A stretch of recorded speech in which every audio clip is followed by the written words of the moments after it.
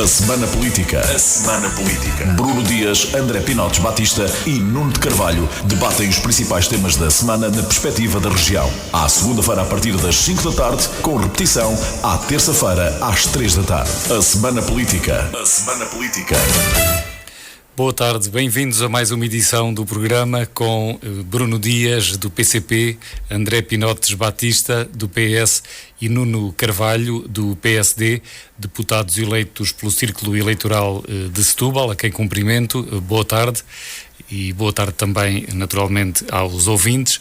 Temos 3 temas em agenda para hoje: o Orçamento de Estado para 2023, o Fórum Empresarial promovido pela Associação da Indústria da Península de Setúbal, que concluiu que depois da NUTS falta uma estratégia para a região, e ainda o conflito israelo-palestiniano. Começamos pelo Orçamento de Estado para 2023. Eu começo hoje por Bruno Dias. Bruno Dias, que notas é que quer destacar a propósito do Orçamento de Estado que foi apresentado na semana que terminou pelo Ministro das Finanças? Olá, boa tarde. Boa tarde, Francisco Alves Rito. Boa tarde, André Pinotes Batista e Nuno Carvalho. Um abraço a todos os nossos ouvintes. Eu começo por recordar que há um conjunto de aspectos centrais das nossas vidas, não é? Da nossa vida coletiva, da vida do país e da região, que agora são mais ou menos, como é que eu ia dizer, são mais ou menos incontestados, são mais ou menos incontroversos. Já ninguém põe em causa que há uma necessidade urgente de aumentar os salários, de devolver poder de compra às pessoas, não é? Aos trabalhadores, aos reformados, aos pensionistas, que há necessidades gritantes nos serviços públicos, e estou a pensar em geral, estou a pensar no Serviço Nacional de Saúde, na escola pública, na justiça, nas forças e serviços de segurança, e também no que diz respeito a problemas na área da habitação, que nós temos vindo a falar ao longo do tempo. Ou seja, há questões que já não dá para desmentir.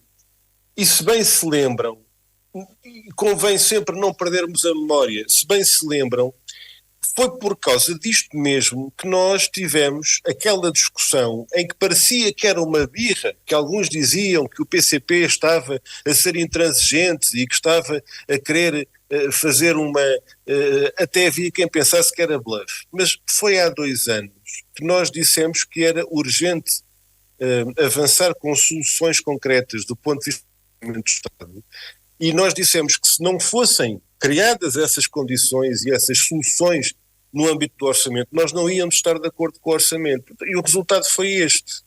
E, portanto, o PCP está com menos força e a vida das pessoas está pior. E neste momento temos um orçamento do Estado que mantém esta linha de rumo que o governo PS entendeu assumir, de, em vez de ir para soluções que eram necessárias, foi para eleições que lhe deram jeito.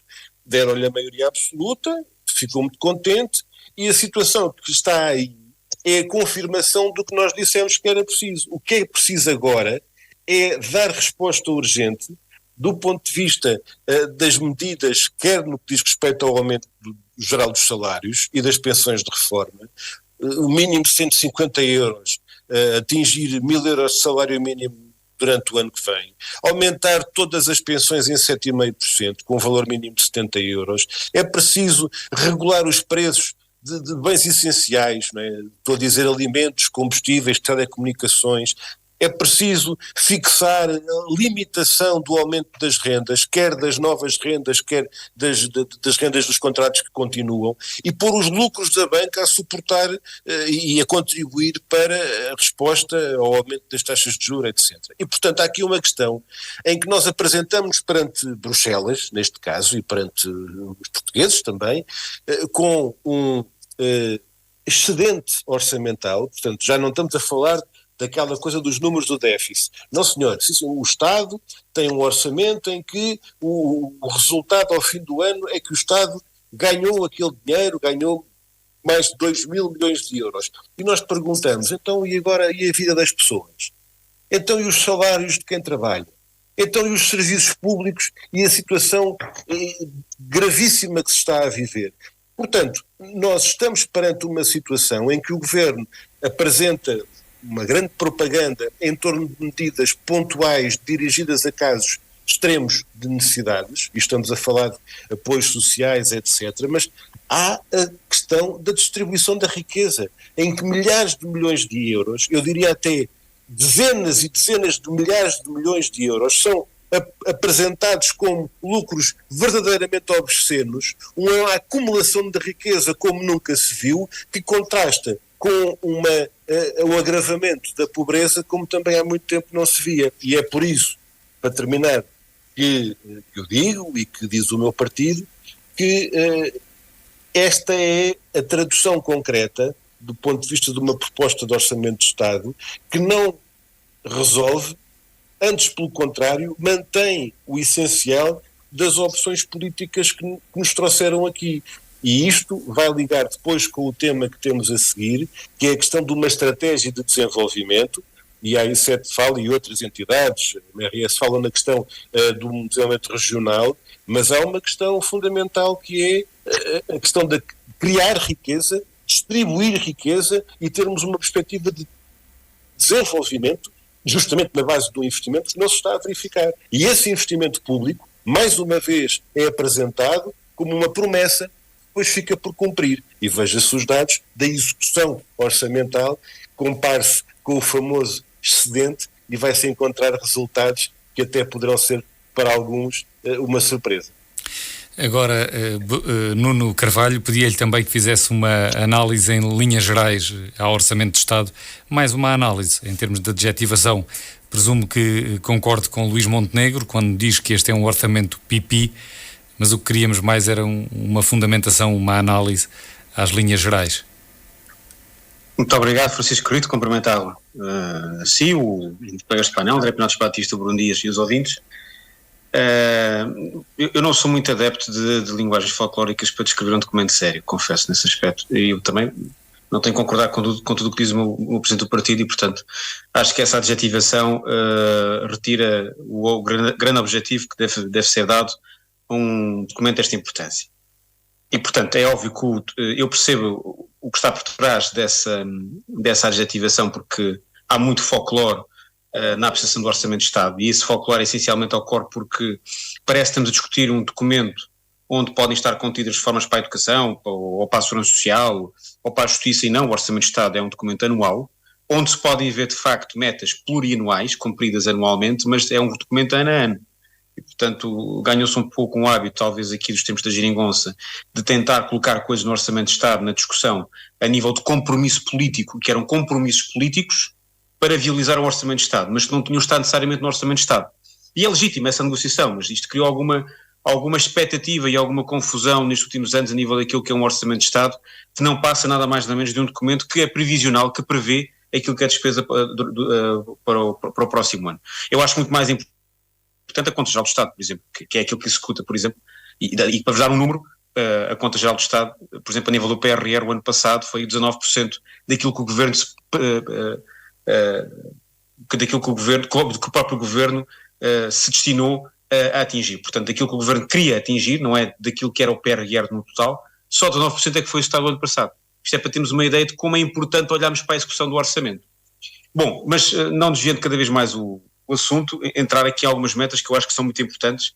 Em primeiro lugar, falar aqui de algo que eu acho que é fundamental, que é o IRS, e daquilo que eu vejo a nível do IRS, quer se queira, quer não, o que se percebe é que não vai deixar de haver um aumento de impostos à boleia da inflação. Ou seja, o que é que vai acontecer? O que vai acontecer é que, como as pessoas vão ganhar mais porque têm aumentos devido à inflação, sobem alguns escalões e de facto vão pagar impostos, apesar de ter havido aqui uma atenção a tentar atenuar essa situação, mas não vai deixar de haver, com certeza, e aqui podem-me dizer o que quiserem, mas haveremos de verificar isto no final do ano na execução do Orçamento de Estado. Parece-me evidente que os portugueses vão pagar mais IRS e vão pagá-lo devido à inflação. Portanto, não é porque aumentam o seu poder de compra, mas é porque o seu poder de compra continua igual e pagam mais impostos. Portanto, perdem na realidade o poder de compra devido aos impostos. E aqui depois podíamos entrar nos questões mais técnicas se quiserem, mas é assim que eu vejo, e se fosse o único a ver, ainda vá que não vá, mas são poucos fiscalistas que não veem exatamente como eu estou a descrever. O segundo aspecto que eu acho que é importante chamar a atenção é o crescimento económico. O crescimento económico que está previsto neste Orçamento de Estado é de 1,5%. E eu acho, de facto, que isto deve-nos chamar a atenção a todos. Obviamente que eu não tenho dúvidas que o próprio Governo gostaria de prever um valor maior, mas o ponto é que este crescimento é magro, é pouco. E, de facto, isto nota como nós temos uma necessidade de olhar para a nossa economia. E eu aqui ligo uma outra coisa, há pouca economia neste Orçamento de Estado, a começar até pela visão ou até pela ausência de visão para as empresas. Pensa-se muito nas pessoas, no rendimento sobre o imposto, eu concordo sobre isso, mas pensa-se muito pouco ou quase nada sobre as empresas. E aqui uma nota ainda sobre o rendimento das pessoas e do IRS, em que eu chamo a atenção que continua um apagão problemático no nosso país, que é o apoio que é dado às pessoas que têm menores rendimentos, mas cujo rendimento não é considerado trabalho dependente. Ou seja, as pessoas que estão na categoria de trabalho dependente e que ganham pouco, têm sempre acesso a um conjunto de apoios. As pessoas que ganham o mesmo, mas que não têm trabalho dependente, não têm esses apoios. Não são tantos portugueses quanto isso, como é evidente, mas são uma fatia ainda considerável e não há nenhuma razão para quem é considerado pobre por ter aquele rendimento não poder ter acesso a um apoio só porque esse apoio é de trabalho dependente em vez de ser outro rendimento, seja uma renda de uma casa, seja do que for. E eu acho que isto de facto é algo que deve-nos chamar a atenção e esse problema continua e persiste, não é um problema novo, não é só do PS, mas que eu creio que nas atuais condições, com esta espiral inflacionista, deve chamar a atenção para todos. Eu não queria me alongar muito mais, mas há alguns aspectos que queria chamar a atenção. Outro que eu acho que é importante e que com certeza cá de vir à baila novamente nos próximos tempos, quando fomos falando das pensões, que é a sustentabilidade da segurança social. E é verdade que não dá para olhar na sua totalidade para aquilo que é o Fundo de Estabilização Financeira da Segurança Social, que é o que permite pagar as pensões, mas consegue-se perceber com clareza que há apesar de haver aqui um excedente por via dos impostos, há de uma clara forma evidente um impacto de médio e longo prazo em que se perspectiva que nós vamos ter mais dificuldades em pagar pensões. Inclusive consegue-se perceber que aquilo que é aquela situação ótima de ter os 2 anos de pensões, dos próximos 2 anos de pensões garantidos, só é conseguido através da transferência de verbas. E é bom transferir verbas, é importante para garantir esta estabilização, mas isto é preocupante. E isto liga a outro ponto que eu queria chamar a atenção, que são as medidas de apoio à natalidade. Há muito poucas medidas de apoio à natalidade. E na altura em que estamos, quer dizer, se deve haver pactos de regime, e estabeleçam os pactos de regime com quem quiser, seja à esquerda, seja à direita, seja ao centro, com quem quiser. Mas não há nenhum partido que não diga que não há um problema de natalidade. Ora, nós temos que discutir políticas ativas de natalidade. Da mesma forma como se discute para a saúde e depois atribui-se verbas e depois dizemos que temos que gastar mais para a esquerda ou mais para a direita, tem que haver mais atenção para políticas de apoio à natalidade. Não podem ser só impostos, não pode ser só... Tem que haver políticas cruzadas com a habitação, com as creches, com medidas de emprego. Ou seja, tem que haver, de facto, um pacote dedicado à natalidade, porque senão nós caminhamos por uma situação preocupante no nosso país, em que o saldo migratório, as pessoas que vêm de fora, não vão compensar dessa maneira. E, portanto, isso é fundamental, é fundamental. E eu só queria deixar uma última alerta, que é as medidas de apoio à retenção de valor e de massa cinzenta, ou seja, do emprego qualificado que existe em Portugal, que eu acho também que estão muito aquém, mas isso entraria pelo lado das empresas, e se calhar mais à frente é melhor falarmos das empresas com mais propriedade, porque muita da realidade da polícia de Setúbal também está refletida a nível nacional, mas devia existir de facto aqui uma atenção, não é que seja insistente, que não quero ser injusto, mas vamos perceber uma coisa, Portugal precisa, e as empresas portuguesas hoje em dia competem pelo produto e pelo emprego, é assim a nível mundial, e Portugal tem uma condição, face à sua dimensão, em que mesmo que se pague o mesmo valor, uma empresa que pague o mesmo valor que outra empresa lá fora, o que já por si é algo significativo para a maior parte das empresas portuguesas, às vezes isso não evita que as pessoas vão lá para fora, porque as empresas lá fora são maiores do que as portuguesas. E, portanto, tem que haver, de facto, aqui um olhar atento àquilo que pode fazer com que as pessoas fiquem cá. E, às vezes, nem sempre é só o dinheiro. Há outros fatores que, naturalmente, levam a reter valor ou a atrair valor, mas é claro, é notório, é evidente, e os últimos dados do emprego revelaram isso mesmo, a destruição de emprego há destruição de emprego bem remunerado em Portugal, e nós precisamos desse emprego bem remunerado em Portugal, porque ele é fundamental para ajudar a pagar as contribuições para a ação social, para os impostos e para a nossa economia, para dar aquele efeito de bola de neve, para que o nosso consumo, que é a grande aposta do Partido Socialista, é através do consumo que faz crescer a economia, não é uma coisa que eu concordo mais com as votações, mas dentro da ótica que é aquela dedicada pelo Partido Socialista, pelo menos esse deve ficar cá, porque já que apostam no consumo, tem o turismo e tem as pessoas em Portugal que podem gastar dinheiro, portanto, as que ganham mais devem tentar que elas fiquem cá ou que venham para cá trabalhar. André Pinotes Batista, já se ouviu muita coisa sobre este orçamento em termos de críticas, desde que é eleitoralista, porque em 2024 há eleições europeias, até que há ilusionismo, ou que não há economia neste orçamento. Como é que responde a estas críticas e que méritos é que destaca neste orçamento apresentado agora pelo governo do PS? Boa tarde, Francisco. Eu queria cumprimentar o Bruno e o Nuno, e muito particularmente os nossos ouvintes, quer aqueles que nos ouvem agora em direto, quer aqueles que vão assistir em diferido, quer aqueles que através das nossas plataformas podem assistir a este podcast. Em primeiro lugar, eu queria fazer uma breve resenha sobre o que é este documento, nomeadamente que exercício é que nós aqui temos. A verdade é que me parece um exercício bastante realista, é um exercício que dá resposta às dificuldades do momento, pensa no futuro sem comprometer as gerações vindouras. E porquê é que eu o digo? Ilustro já com uma coisa que o Bruno Dias ainda há pouco dizia. Num determinado momento, o Partido Comunista chumbou o orçamento porque o entendia insuficiente. No Partido Socialista, o nosso raciocínio é o que é possível em cada momento. Eu chamava só a atenção do seguinte: a poupança que nós temos com juros, porque a nossa dívida tem vindo a reduzir de 2016 até hoje, é de 1,3 mil milhões de euros. O aumento que vamos fazer este ano em saúde é de 1,2 mil milhões. E aqui percebe-se bem porque é que o realismo do PS é virtuoso, e esta questão de não darmos passos maiores do que a perna, bem materializada numa coisa que as pessoas percebem. Mas se quiserem, na habitação temos um reforço de 336 milhões de euros, que basicamente é possível fazer este investimento pela mesma poupança. Na educação de 300 milhões, naquilo que é o ensino superior de 128 milhões. E portanto pode-se ver aqui que estes aumentos são todos feitos de uma forma sustentada. Eu sou, aliás, de uma geração que, infelizmente, pagará muita da dívida que as gerações anteriores foram irresponsavelmente contratualizando. Portugal espera, no cenário macroeconómico do governo, chegar ao final deste ano com uma dívida pública abaixo de 100%, e isto é relevante. Isto não é só uma questão de uma esquerda que se quer de boas contas, isto é de alguém que tem respeito pelas gerações que hão de vir, para não terem todos que pagar esta fatura de endireitamento que nós estamos a ter e que é dolorosa, não deixa de ser dolorosa, mas é com o realismo que temos que olhar para isso. E portanto eu saúdo, porque vou ouvindo muitas críticas. Aliás, chama a atenção que já todos criticavam o documento, ainda o documento não era conhecido. A Iniciativa Liberal então teve uma coisa fantástica, que foi 21 minutos depois do documento sair, o seu líder já tinha lido o documento, um documento com 200 páginas, com anexos, com uma enorme complexidade, e já tinha lido uma sentença ao orçamento. Eu acho que vale a pena nós termos em algumas coisas. Salário mínimo nacional por 820 euros, o maior aumento de sempre do salário mínimo em Portugal. Aumento da função pública entre 3% a 6,8%, e aqui uma nota muito positiva para Fernando Medina por ter compreendido que, por exemplo, nas autarquias locais, o aumento do salário mínimo estava a comprimir carreiras. Para quem nos ouve, um assistente operacional, um assistente técnico, estavam a ganhar quase o mesmo, quando não mesmo a mesma coisa, e a diferença para um técnico superior era já quase nula. E portanto na função pública vai-se aumentar os vencimentos, mas vai-se aumentar tendo a noção da especificidade de cada função. Nas autarquias locais essa realidade é muito conhecida, sejam câmaras lideradas pelo PS, pelo PCP, em Setúbal não há do PSD, mas no resto do país há, ou pelo PSD. A verdade é que isto faz diferença na motivação dos trabalhadores.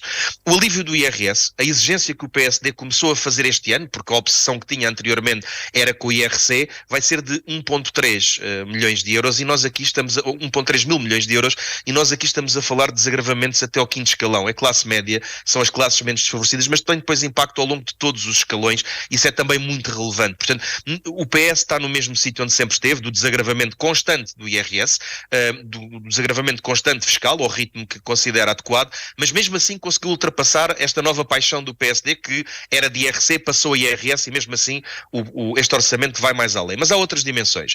O reforço do IRS jovem, que já abarcava 77 mil jovens e que agora vai automaticamente englobar mais jovens, mas também com descontos maiores. São 100% de isenção no primeiro ano, 75% no segundo, 50% no terceiro e quarto e 25% no quinto. É também uma coisa virtuosa. Mas vale a pena falar dos apoios sociais, porque nós falamos da distribuição de riqueza, eu tenho insistido muito nessa tecla, e também sobre isso quero dar uma nota final nesta reflexão, mas o reforço dos apoios sociais não é de menos importância. Nós temos desde logo uma coisa que eu sei que é cara ao Partido Comunista. Foi uma batalha que fomos travando em conjunto, numas alturas com maior aproximação, noutras com menos, mas a gratuitidade dos transportes até aos 23 anos é uma mais-valia e o aumento da gratuitidade das creches até aos 3 anos também é uma mais-valia. Mas depois temos o aumento das reformas em 6,2%, acima da inflação de 2023, se queremos falar de execução, de executada e da realidade do cenário macroeconómico já verificado, e temos também um aumento superior àquilo que é a inflação prevista para 2024. Está aqui uma recuperação do poder de compra dos nossos pensionistas, mais do que a manutenção, são 2,7 mil milhões de euros de despesa adicional que aqui está consagrada. O PS nunca cortou pensões, nunca defendeu o corte de pensões, nem permanentes nem temporárias, e aqui mais uma vez vem reforçar. Por fim, os abonos de família, os complementos solidários para idosos e o RSI são medidas que merecem destaque, e o fim do IVA zero, uma medida que tivemos aqui debates e que eu apresentei as minhas dúvidas, funcionou durante algum tempo, mas era uma medida provisória que chega ao fim, com agravamentos, também é preciso dizer, para não estarmos só a pintar as coisas que são desagravadas, há agravamentos nos impostos do tabaco, nos impostos do álcool, são tudo aqueles que se chamam os impostos sobre as más práticas, coisas sobre aqueles que produzem carbono, enfim, temos aqui os sacos de plástico, um conjunto de impostos inteligentes. Mas, no geral, uma nota que nos apraz dizer é que não vi, da parte de nenhum partido da oposição, e pasma muito mais à direita, por uma cultura de poder que julgava existir no PSD e que se esgotou, não existe já. Na contestação à esquerda da esquerda do PS é mais normal, é mais natural. Tomei com boa atenção que as exigências que o Bruno Dias elencou numericamente na sua intervenção não estão muito distantes daquilo que está no orçamento, e nós vamos começar a discutir o orçamento 30, 31 deste mês. Há o trabalho da especialidade para o melhorar, mas muitos anos houve em que a distância entre o que o PCP pedia, que considerava justo, e aquilo em que vinha consagrado nos orçamentos era maior do que agora, e como homem de esquerda social-democrata, eu também valorizo esta aproximação, mas há duas notas que têm que ser dadas. A primeira é relativamente ao que o Bruno Dias disse, e se calhar aqui abro também um bocadinho o debate e finalizo o meu raciocínio, e que tem a ver com o facto de hoje ser amplamente reconhecidas as necessidades da educação, na saúde, na habitação, um pouco tudo o que eu estive a falar. Pois eu não considero que essa conquista seja indelével no tempo. Eu não considero que no dia em que o PCP diz tantas vezes que o PS é um partido de direita, e com todas as críticas que nos possam fazer, era avisado percebermos que este reconhecimento, no dia em que a direita governar Portugal, vai passar a ser um inconseguimento ou um desconhecimento novamente. E, portanto, eu, como homem de esquerda, satisfaço-me de ter um exercício orçamental com esta proximidade à esquerda, mais do que à direita.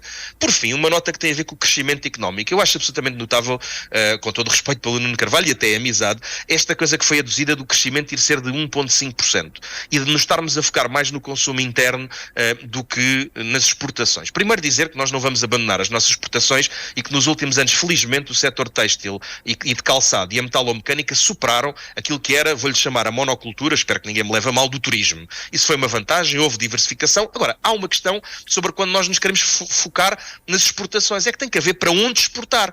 E é aqui que está a grande insídia argumentativa da retórica do Nuno Carvalho, quando diz que nós vamos ter um crescimento só de 1,5%. Pois a novidade que eu tenho para dar ao Nuno é que o crescimento da zona euro, em termos da moeda, é de 0,8% e da Europa no seu todo é de 1,3%, e portanto, ainda que eu também gostasse de apresentar um crescimento superior àquele que está a ser apresentado, nós vamos convergir com a União Europeia, nós vamos crescer mais do que a União Europeia, e depois na mesma dimensão, quando nos queixamos que as empresas estão a competir pelo capital a nível mundial e a nível global, então temos que perceber que Portugal também está integrado. Se as nossas empresas estão, o nosso país também está, e portanto parece-me, em suma, um exercício realista que não compromete as gerações futuras e que tem uma tónica. Eu tive a oportunidade numa reunião da Comissão Política Nacional do Partido Socialista, que é o seu órgão mais restrito, de felicitar o Ministro das Finanças, porque me parece que é de todos os orçamentos feitos até agora aquele que maior preocupação tem com a distribuição de riqueza e o reforço dos rendimentos. Não é o primeiro,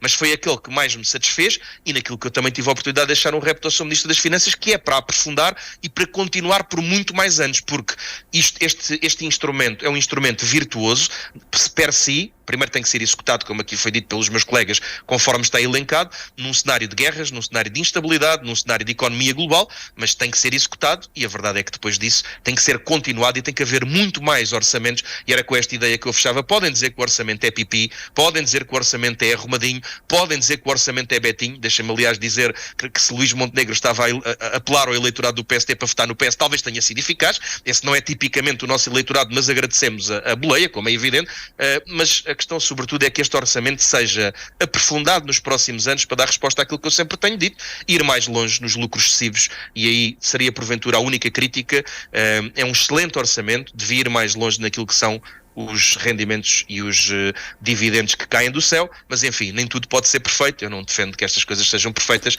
mas é um orçamento que satisfaz um deputado de esquerda. Vamos iniciar mais uma e última ronda sobre o orçamento, a tentar aproximá-lo aqui da nossa região, e peço aos três que sejam bastante mais sucintos para sermos muito rápidos e termos tempo para os outros dois temas. E o que perguntava, seguindo a mesma ordem com que iniciámos o programa de hoje, começando por Bruno Dias, dos investimentos que são apontados aqui para a região de Setúbal, eu destaco talvez o Hospital do Seixal, que tem uma dotação no orçamento para o próximo ano de 27 milhões de euros. É também o seu destaque. O que é que nos quer dizer sobre investimentos em concreto para o distrito de Setúbal, Bruno Dias? O problema do Hospital do Seixal é fazê-lo, porque a gente, orçamento após orçamento após orçamento, ele aparece lá sempre. O problema depois Mas nunca tinham aparecido estes milhões que estão agora, não é? Entretanto, quer do ponto de vista da decisão política, quer do ponto de vista da disponibilização de verbas, eu insisto nesta ideia e não quero estar aqui a demorar muito com isto, mas esta é uma questão central. Uma coisa é a verba que fica fixada no orçamento como previsão da despesa, outra coisa é a concretização daquele investimento ou daquela despesa. Isto acontece em todas as áreas. Nós estamos com um orçamento que prevê 100 e depois vai-se a ver e concretiza-se 60 ou às vezes 40. Ora bem, nós estamos perante um problema muito complicado do ponto de vista internacional, já foi aqui dito. Neste enquadramento, neste cenário macroeconómico, neste contexto internacional, o crescimento baseado em exportações vai dar recessão. Ou no mínimo pode dar recessão. Porquê? Porque os principais mercados a que nos dirigimos estão a arrefecer, estão a contrair e nesse contexto ainda podemos ficar pior. Ora, o investimento público ganha ainda mais importância nesse contexto. E o investimento público, que sistematicamente não é concretizado, aparece no orçamento. O Nuno Carvalho há bocado dizia que depois temos que ver a conta geral do Estado. E é verdade, o problema de facto é a criação de condições, o desbloquear da concretização, o acabar com aquelas restrições ao investimento, as cativações, etc. E isso faz toda a diferença. Não queria deixar apenas de dizer que isto não é apenas um tema fiscal. O orçamento tem muito mais questões, e o Francisco Alves Quinto agora dava o exemplo dos investimentos públicos, mas a questão da política fiscal e a questão da justiça fiscal é um tema fundamental. E quando nós centramos isto no IRS, não podemos deixar de chamar a atenção: 42% das famílias em Portugal têm rendimentos tão baixos, que não pagam IRS. E, portanto, tudo aquilo que a gente falar sobre IRS não se aplica a quase metade das famílias. Agora, todos pagam IVA. Paguem muito ou paguem pouca conta da luz ou das comunicações, etc. A questão do IVA na energia, nas comunicações, etc., que nós temos vindo a colocar, é um tema que, lamentavelmente, o governo PS continua a ignorar. E mesmo no IVA zero, o problema é o descontrole dos preços. E sabemos à partida que quando acabar o IVA zero, Vêm os preços para aí acima, outra vez. Mas é que o descontrole dos preços que temos observado em bens essenciais continua colocado em cima da mesa e o orçamento não lhe dá resposta. Só mais duas coisas muito rápidas. Sim, mas tem que ser mesmo muito rápido. Já falou muito bem rápido. Mais de 2 minutos, sim, que era o tempo que estávamos a querer destinar. Mesmo assim, muito rápido. Sim. 1,5 mil milhões de euros de despesa fiscal, que significa dinheiro que não entra nos cofres do Estado, para o regime dos residentes não habituais, que vai manter-se para aqueles que já estão no sistema, os novos não entram, aqueles que já estão vão continuar, não é possível, não é aceitável. E uma última nota de rodapé, os carros anteriores a 2007, verem o IUC a disparar, é uma medida quase, do ponto de vista social, de crueldade. Os carros, quem não tem dinheiro para comprar carros novos, para quem não tem dinheiro para comprar carro novo e tem que andar com um carro velho, ver o IUC a disparar daquela maneira. O PCP nunca disse que o PS é um partido de esquerda, mas que é um partido de direita. O PCP nunca disse que o PS é um partido de direita, mas a política de direita que o PS faz mais uma vez é que merece a nossa discordância e o nosso combate. Agora passamos então para Nuno Carvalho. Quer destacar alguma coisa quanto aos investimentos previstos para o Distrito de Setúbal? Muito rapidamente. Eu acho que o Bruno Dias disse tudo no que diz respeito ao Hospital de Seixal. Eu, desde que entrei para o Parlamento, também tenho visto sempre lá no orçamento e de facto nunca saiu. E eu creio que, corrijam-me se eu estou errado, que já teve até inclusive mais que uma inauguração. Portanto, eventualmente o objetivo pode ser construir tijolo a tijolo, mas tenho muitas dúvidas que seja esse o objetivo, não é? A cada primeiro tijolo e a cada inauguração consigo construir o Seixal, o Hospital de Seixal. A verdade é esta. Tal como disse há pouco, os orçamentos são documentos previsionais e é fundamental que haja execução.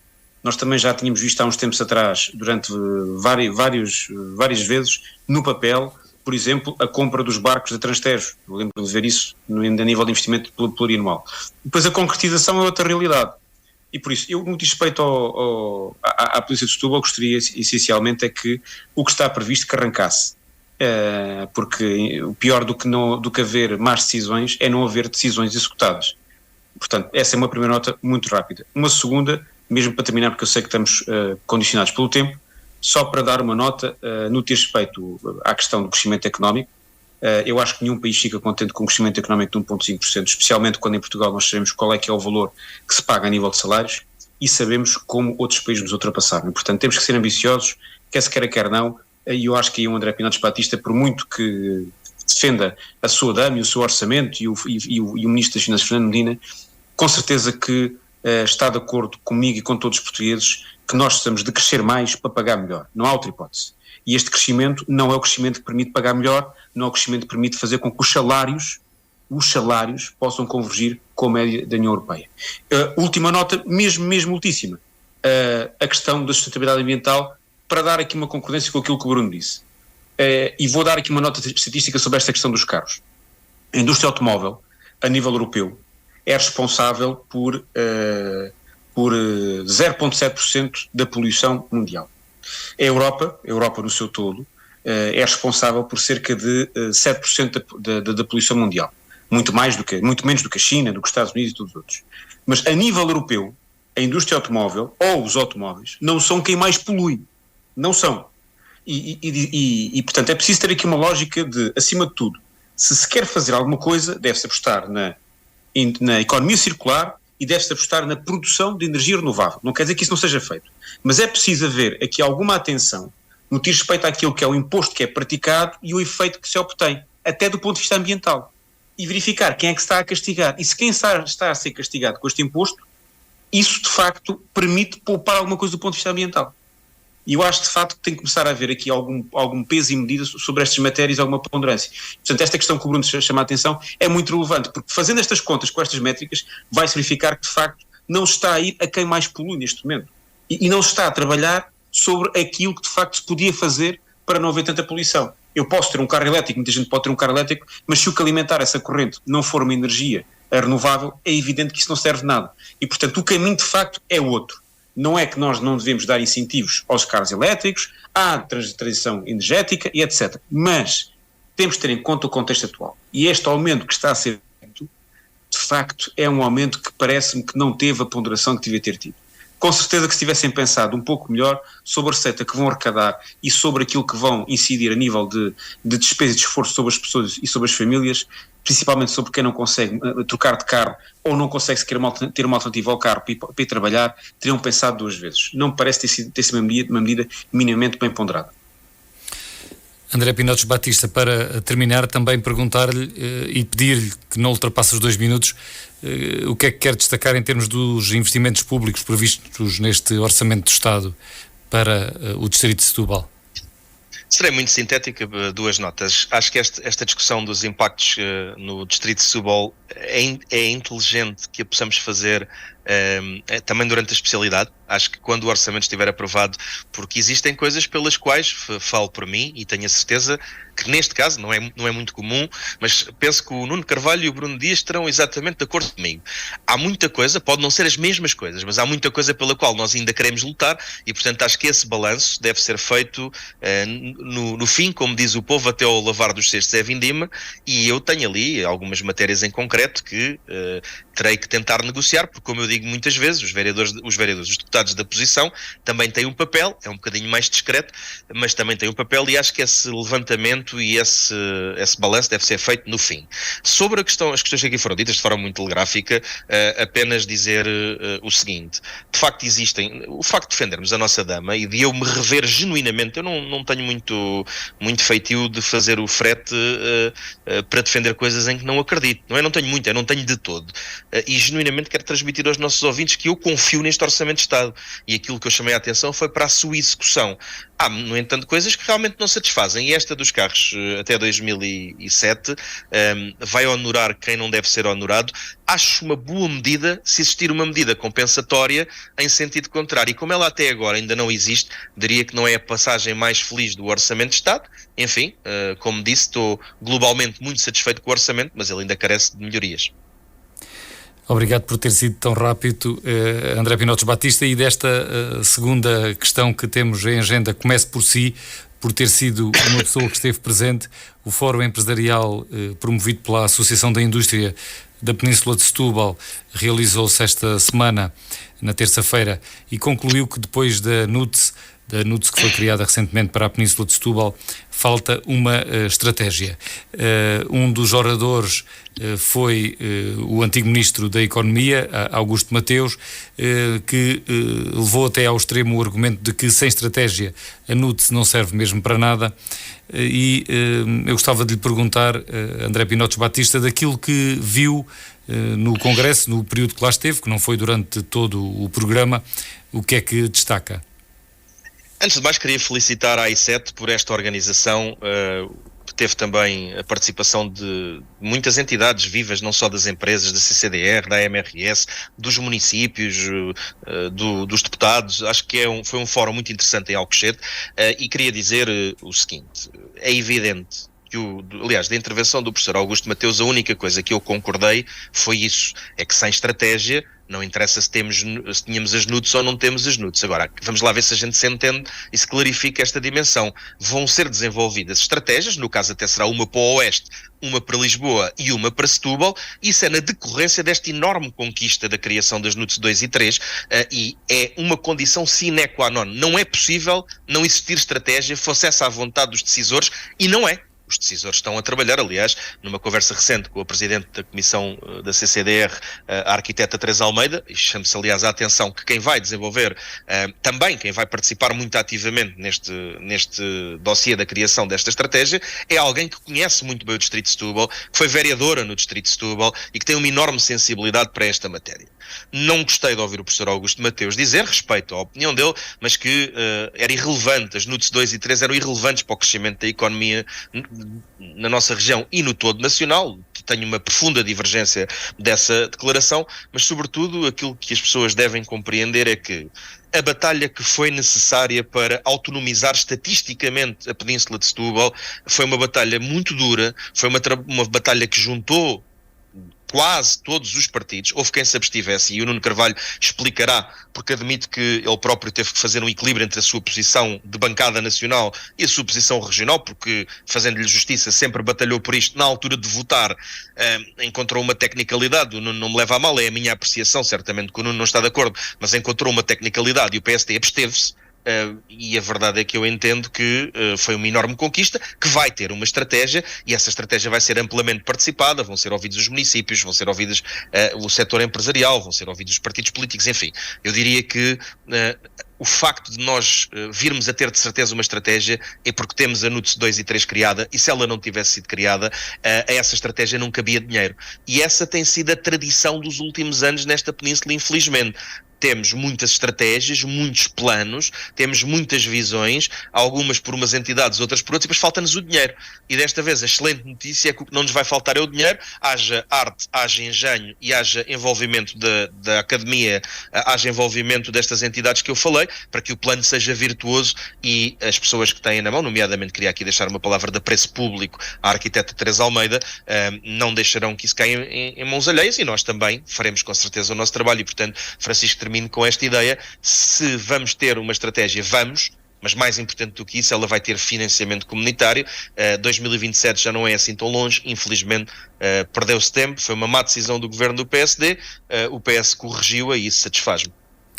Passamos agora para Bruno Dias, creio que não esteve presente neste encontro, assim como o Nuno Carvalho também não, mas dos ecos que lhe chegaram, o que é que gostava de dizer sobre este fórum empresarial que tinha como tema procurar debater o financiamento da indústria no curto prazo? Sim, eu, devido a exigências do trabalho parlamentar, que é desigual, não é o mesmo para todos nós e não é o mesmo em todos os dias. Naquele dia não estive na sala, mas procurei acompanhar, e também os resultados do trabalho que ali foi desenvolvido, e é um trabalho meritório, é um trabalho relevante que o Fórum Empresarial da AI7 traduziu nesta discussão sobre os desafios estratégicos para a indústria da Península de Setúbal, e até vou falar aqui de uma questão que aparentemente é uma nota de rodapé, poderia ser para alguns, mas eu, quando reparei que inclusivamente havia um trabalho que foi apresentado, uma intervenção por parte de um especialista que foi convidado e que falou sobre uma coisa tão simples quanto esta, as questões do aumento da temperatura e o efeito do aumento da temperatura, não é alterações climáticas, é da temperatura no local de trabalho, relativamente à produtividade, e pensei, ora aqui está um contributo concreto, objetivo e sério, que até permite demonstrar que aquela coisa da produtividade tantas vezes é apontada aos trabalhadores como se fossem eles os culpados do atraso estrutural do país, e aqui está uma abordagem construtiva para se resolver problemas no concreto e demonstrar como é que se pode ultrapassar. Mas para além disso, há aqui de facto uma abordagem que faz diferença, que deve ser valorizada, e que deve ser valorizada no quadro e integrada no trabalho que tem vindo a ser feito ao longo dos anos na nossa região. E eu não posso também deixar de interligar estas coisas, ou seja, nós não podemos, ou por outra, nós não devemos, penso eu, contrapor aquilo que aparece e os contributos que vão sendo agora desenvolvidos, acrescentados, contrapor esse trabalho como se fossem para apagar os projetos e as estratégias que foram sendo apresentadas. Essas matérias devem ser integradas do ponto de vista de um trabalho valioso. Ora, eu não posso deixar de fazer esta observação. Uma coisa é nós sermos objetivos e focarmos no presente e no futuro, outra coisa é a gente desresponsabilizar e branquear responsabilidades dizendo que lá vai. É que há aqui um tempo perdido que é imperdoável. Um tempo perdido que prejudica a nossa região, prejudicou profundamente a nossa região, as nossas empresas, as nossas indústrias e os nossos trabalhadores. E pode continuar a prejudicar até 2027, mas Bruno, temos que avançar agora. Mas, Francisco Alves Brito, eu quero chamar a atenção para isto, mas qual 2027? É que quem acompanha acompanha os debates europeus, mesmo na Assembleia da República, há um perigo real, será ainda para além disso, quadro comunitário, não trazer nada para a região e para o desenvolvimento regional. E, portanto, as políticas e as opções que estão colocadas na União Europeia, quer no que diz respeito ao aprofundamento, quer ao alargamento na Europa, levantam aqui esta preocupação profunda. É que tudo isto pode ser uma gigantesca fraude política que está a ser colocada à região. E havemos de voltar a falar disto, seguramente. Nuno Carvalho, para encerrar este tema do Fórum Empresarial da Indústria sobre o desenvolvimento da região, eu creio que esteve lá a deputada do PSD eleita por Setúbal também, Fernanda, agora esqueci-me do outro nome da sua colega de bancada, Nuno Carvalho. Fernanda Velez, exatamente. O que é que gostava de dizer sobre este tema? E pedia-lhe que fosse muito rápido, depois começávamos logo com o Nuno sobre o terceiro e último tema. Muito bem. Não, vou ser muito rápido, em primeiro lugar, para dizer o seguinte, antes de mais, a minha ausência, enfim, eu estava na Assembleia Parlamentar do Conselho da Europa, em Estrasburgo, naquilo que é a sessão anual, e portanto por essa razão não pude estar, porque de resto, como sabem, procuro sempre acompanhar o trabalho da I7 e procuro estar presente nestes fóruns. Mas independentemente disso, o PS esteve representado e muito bem representado, e em primeiro lugar fazer referência ao que eu acho que é fundamental perceber, é que para se falar do desenvolvimento económico de uma região é preciso perceber o investimento público e o investimento privado, e aqui em particular falar de investimento público de 2027 adiante é uma miragem, ou seja, arriscamos a chegar lá e não haver nada. Isto que o Bruno Dias referiu é verdade, nós podemos de facto não cumprir qualquer tipo de critério para à mesma conseguir receber qualquer tipo de dinheiro de fundos comunitários em 2027. Isso pode efetivamente acontecer, ainda para mais quando se fala no alargamento da Europa a 2030. Por isso há muita água para passar por esta ponte, não vale a pena estarmos aqui a achar que de facto vamos conseguir saber ou prever qual vai ser o orçamento comunitário nessa altura. E é preciso também ter noção do seguinte, o orçamento da União Europeia, como está pensado, ele vai mudar. Portanto, ele próprio não cumpre com um conjunto de critérios que neste momento é preciso cumprir, e vai alterar em imensas situações e imensas dimensões.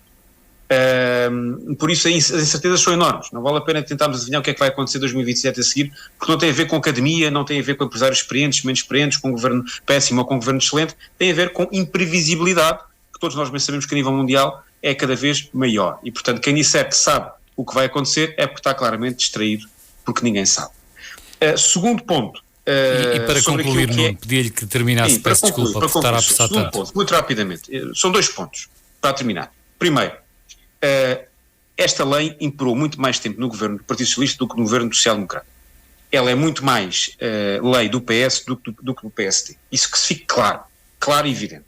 A abstenção do PSD é porque esta não foi uma lei só para a região de Setúbal. Foi uma lei feita com contestação de autarcas do PS e do PSD, da forma como foi feita, e não vale a pena entrar aqui a dizendo que é uma técnica, não é uma técnica. Houve autarcas do PS e do PSD a oporem-se a esta lei que abrangia muitos outros municípios. Segunda e última questão.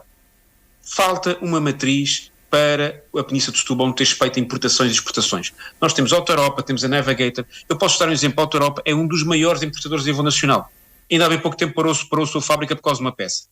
Não quer dizer que nós vamos trazer esta peça, que é esta roda dentada, que era produzida aí na República Checa, aliás, na Chequia, creio eu, mas claramente na Europa, e depois passou a ser produzida e importada de Espanha e da China.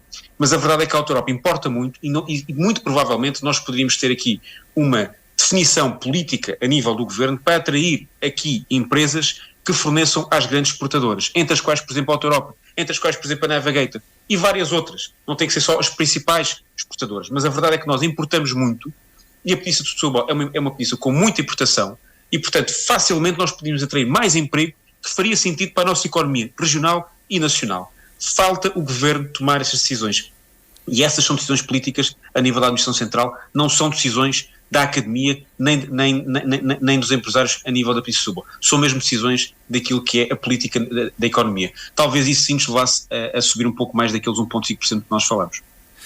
E com isto já estamos apenas com 2 minutos de tempo útil para o final do programa.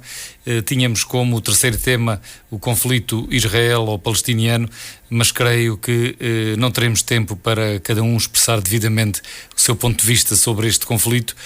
por um lado. Por outro lado, infelizmente, certamente o conflito não vai terminar ainda antes de nos voltarmos a encontrar de hoje a 8 dias, pelo que podemos deixar este tema para o próximo programa. Temos aqui ainda 1 minuto, não sei se alguém ainda queria dizer alguma coisa sobre o que já aqui foi dito. Se não quiserem, fazemos apenas as despedidas para voltarmos uma nota brevíssima sobre esta questão de muito breve. Decidir, muito breve. O PSD é que decidiu a extinção das NUTS 2 e 3, e se elas vigoraram durante parte do governo do PS, foi também o PS que propôs a sua redução, e digo porque não quer dizer que eu tive um papel muito ativo, para não me estar a elogiar a mim próprio, mas fiz parte da equipa, juntamente com a Ana Catarina Mendes e com a Eurídice Pereira e outros, que lutou muito por esta matéria, e reconheço o esforço de todos os outros, e portanto não ponho. Aliás, tive o cuidado de dizer que o Nuno Carvalho tinha uma posição regional de uma dimensão e o seu partido de outra, e acho que é importante destacar isso. Não era um ataque ao Nuno, é de facto, os votos são o que são, e nós votamos como votamos. Francisco, muito rapidamente. Sim, tem que ser mesmo 10 segundos. Para já, nós não precisávamos disto para concretizar muita coisa. Esta nem mais. 3 era útil, era importantíssima. Mesmo assim havia muita coisa que podia ter avançado na mesma. Temos que terminar, agradeço aos 3. Falta, e a minha última palavra é a palavra regionalização. Boa semana para todos. Boa semana para todos, aproveita, boa deixa, semana. Até de hoje a 8 dias.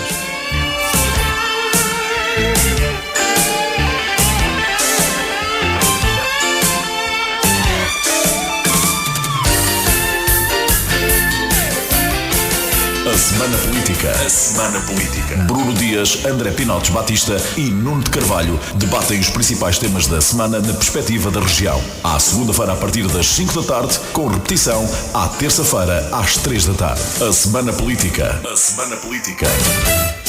Popular.